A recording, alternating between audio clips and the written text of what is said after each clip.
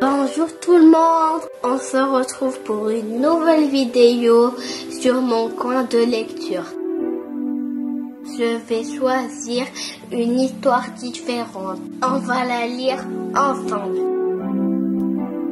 Si vous avez une histoire précise que vous voulez lire, écrivez-le dans les commentaires et on va la lire ensemble si je l'ai.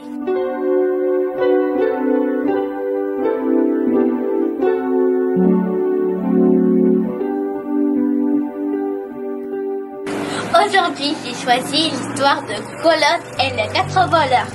Je vais vous présenter d'abord l'histoire, puis on va la lire ensemble. Je vais vous montrer. C'est ici Colosse et les 4 voleurs. Voici l'illustration. On voit Colosse sur son cheval, ou bien un âne parce qu'il ne se voit pas très bien. Pour moi, c'est soit un cheval, soit un âne. Avec un bâton dans sa main. Maintenant, je vais vous montrer de dos. On voit une image avec 4 voleurs et la nuit et des arbres. Alors, lisons d'abord le petit paragraphe qui est derrière. C'est le résumé de l'histoire. Je vais vous le lire.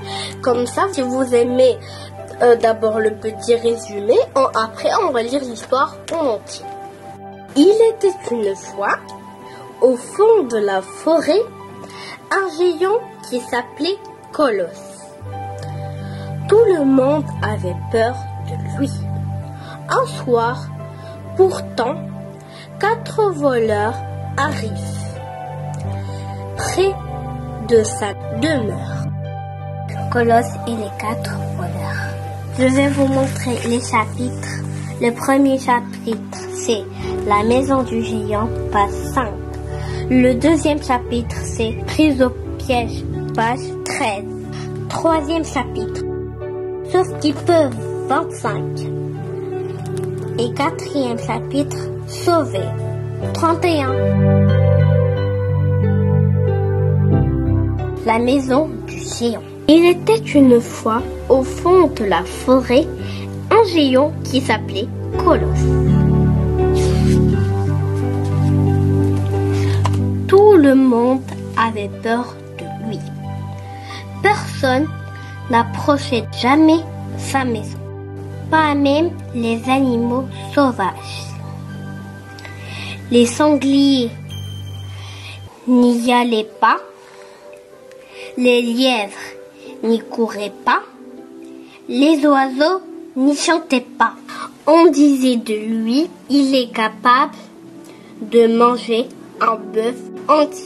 Avec son énorme massue, il peut fendre la montagne en deux. Lorsqu'il chevauche son cheval géant, la terre tremble sous lui.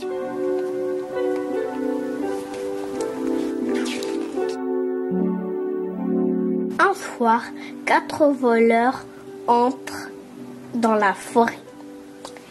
Ils s'y perdent et arrivent près de la maison du géant. « J'ai faim, dit le premier voleur.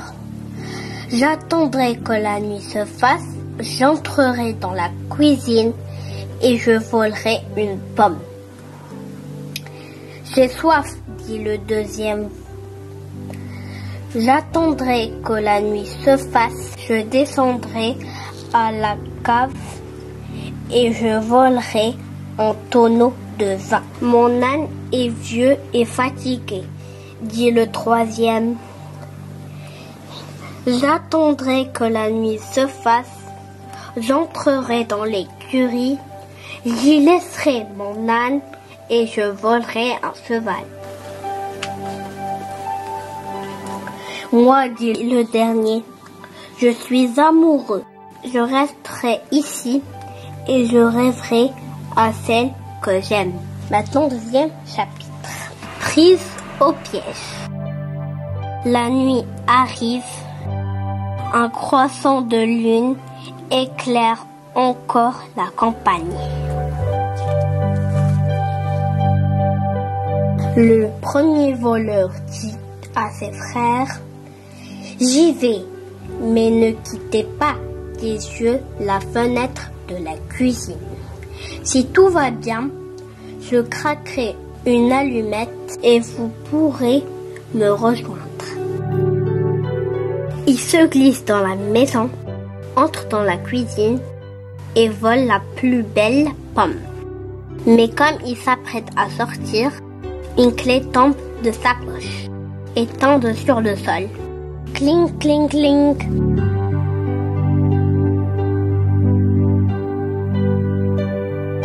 Le géant colosse ne dormait qu'à moitié. Parce qu'il avait mal aux dents, il se réveille tout à fait. Et sa voix terrible retentit. Qui fuit dans ma cuisine?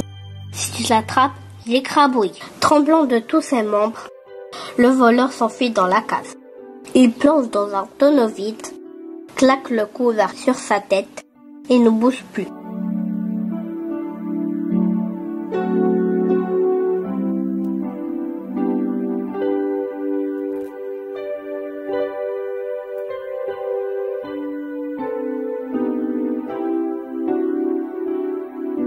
À ce même moment, un ver luisant se mit à briller.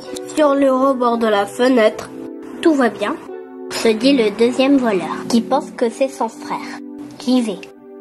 Mais tendez l'oreille, si la voix est libre. Je pousserai le cri de la chouette et vous pourrez me rejoindre. Il se glisse dans la maison, descend à la cave et serre sur son épaule le tonneau où est caché son frère.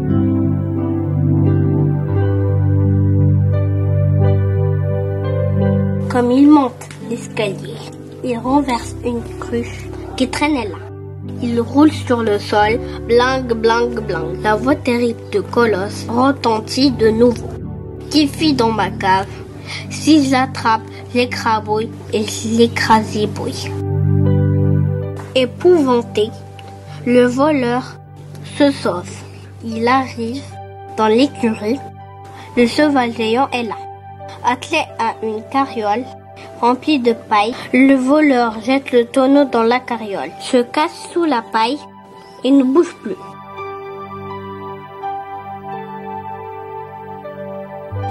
C'est alors que le vent se mit à souffler dans les arbres.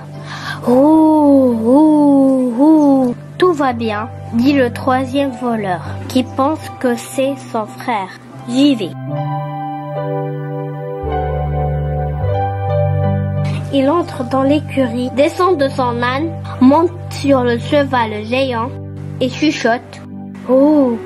Le cheval fait un pas et renverse un seau qui traînait là. Badang glang glang. La voix du géant retentit pour la troisième fois. Qui fuit dans mon écurie? Si je l'attrape, je l'écrabouille. Je l'écrasibouille et je les égouille. Troisième partie. Sauf qu'il peut. Le voleur fou de peur appelle ses frères. Au secours, où êtes-vous? Il entend une première voix, puis dans le tonneau, puis une seconde. Je suis là, atchoum, sous la paille. Sauvons-nous vite, dit le troisième voleur, en frappant du pied le flanc du cheval. Mais le cheval géant ne bouge pas. Tu vas avancer, espèce de canasson, crie le voleur. Le cheval pique la tête en son avoine et se met à manger. Alors le voleur saute à terre, attelle la carriole à son vieil âne, le monte et lui crie. Dit un vieil âne. Le vieil âne se mit en marche, sans se presser, et sort de l'écurie. Clap, clap, clap. Plus vite. Dépêche-toi, supplie le voleur sur l'âne. Dépêche-toi. J'ai mis le voleur dans le tonneau. Dépêche-toi, éternue le voleur sous la paille. Je fais ce que je peux, dit l'âne. Quatrième partie sauvée. C'est alors que la terre commence à trembler Colosse a enfourché son cheval géant et s'est lancé à leur poursuite. Je les écrabouille, je les crase et bouille, je les égouille. Derrière eux, le cheval géant galope. Dans un bruit de tonnerre, il va droit devant lui en renversant les arbres et Colosse brandit son énorme massue. Adieu mes frères, dit en pleurant le voleur sur l'âne. Adieu mes frères, se lamente le voleur dans le tonneau. Atcham, adieu mes frères, murmure le voleur sous la paille.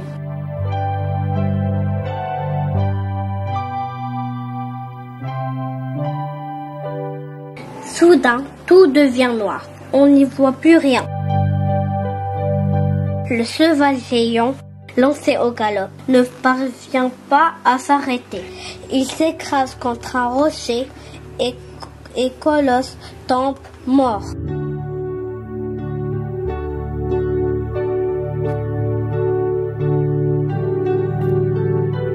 Maintenant, c'est l'obscurité et le silence. Que se passe-t-il? Chuchote le voleur sur l'âne. Que se passe-t-il? Demande son frère, en sortant la tête du tonneau. Que se passe? Atchoum! Que se passe-t-il?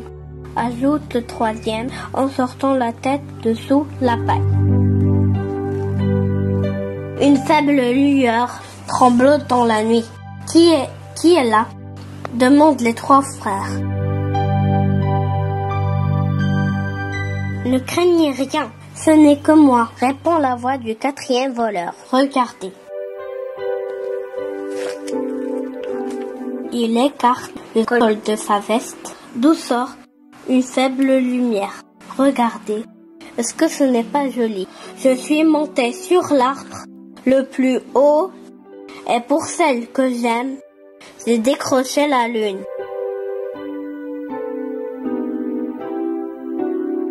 Et voilà, j'espère que vous l'avez aimé comme moi, parce que cette histoire, c'est ma préférée. Et je tiens à dire bonjour à Riyad et à Habir et à Kenzam Soua. Et je dis aussi bonjour aux autres enfants et parents qui me regardent. Si jamais vous avez aimé cette vidéo, mettez des pouces. Je veux pas des pouces en bas, on leur fait des croix.